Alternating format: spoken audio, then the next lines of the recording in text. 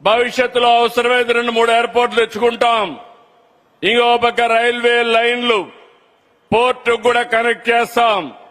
ఇవన్నీ కనెక్ట్ చేయగలిగితే రామాయంపట్నం పోర్టు మీరు చూస్తే 200 కిలోమీటర్లు ఇక్కడి నుంచి.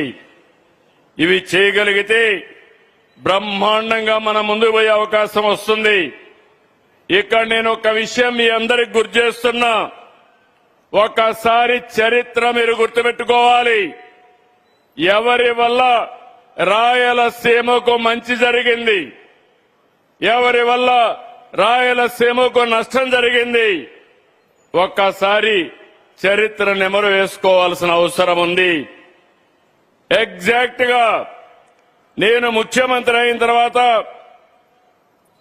2010లో అనంతపూర్ జిల్లాలో కియా కంపెనీ తీసుకొచ్చాం. ఆ కంపెనీ 19 లక్షల కార్లు ఉత్పత్తి చేసింది.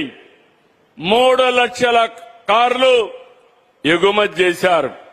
90 దేశాలకు చేశారు. అనంతపూర్ జిల్లా దశ దిశ మారింది. అదే సమయంలో ఇక్కడికి వస్తే 2007 గుర్తుపెట్టుకోండి. ఇదే జమ్మల మడుగులో 14,000 ఎకరాలు ఇచ్చారు. బ్రహ్మణి స్టీల్ అన్నారు, భ్రమ కల్పించారు, ఎయిర్పోర్ట్ కడతామన్నారు.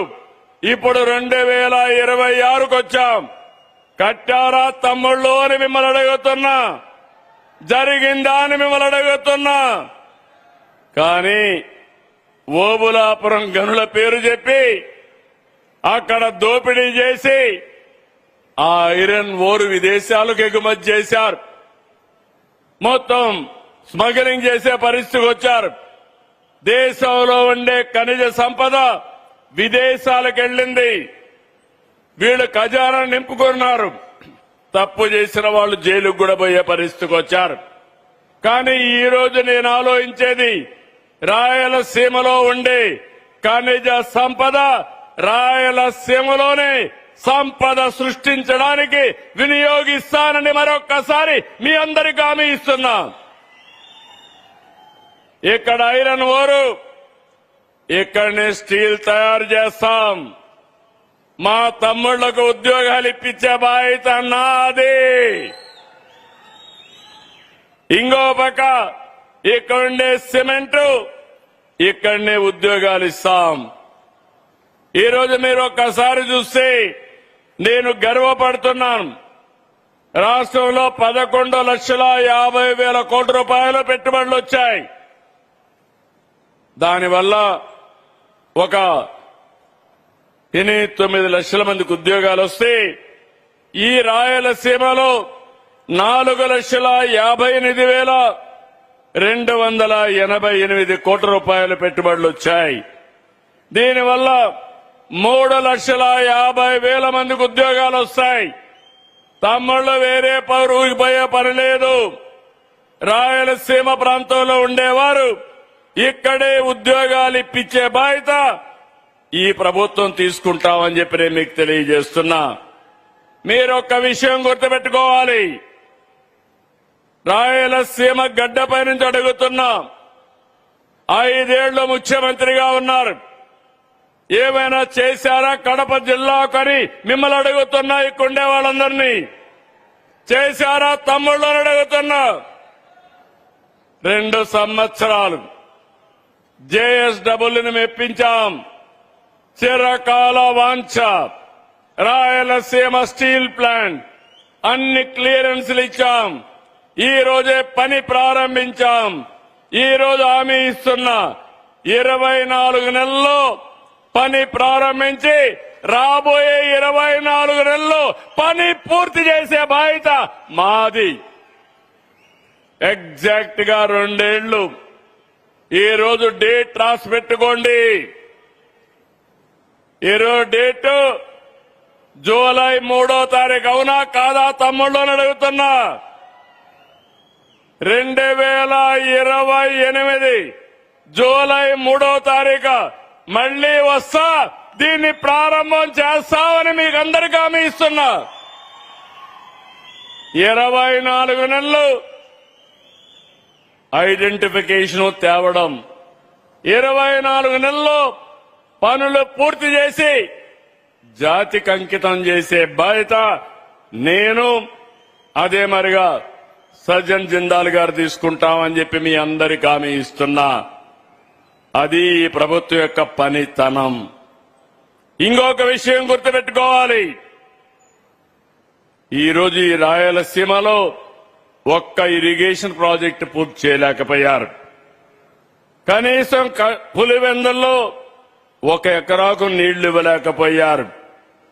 ఈ రోజు మీరు గుర్తుపెట్టుకోవాల్సింది, ఇప్పుడే మన మిత్రుడు ఆదినారాయణ గారు కోరారు, గండికోట ఆర్ఎండ్ఆర్.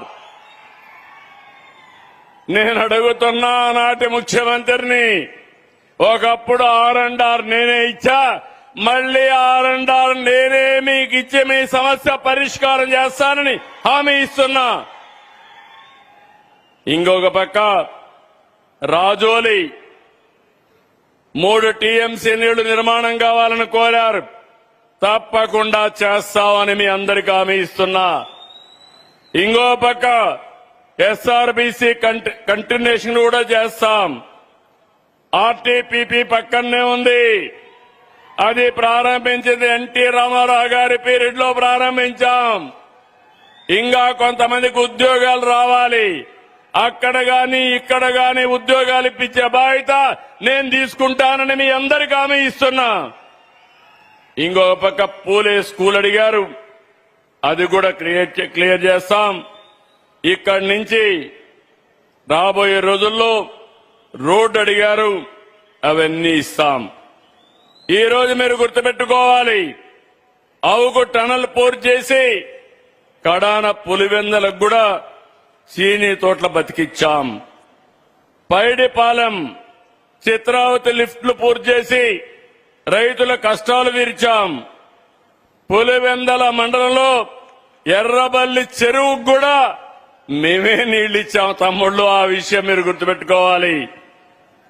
రాయలసీమ ముఖ చిత్రం మారుతా ఉంది. పచ్చదనం పరిశ్రమలతో ఈ ప్రాంతం దశ దిశ మారుతుంది. ఒకప్పుడు రాయలసీమ రాళ్ల సీమ.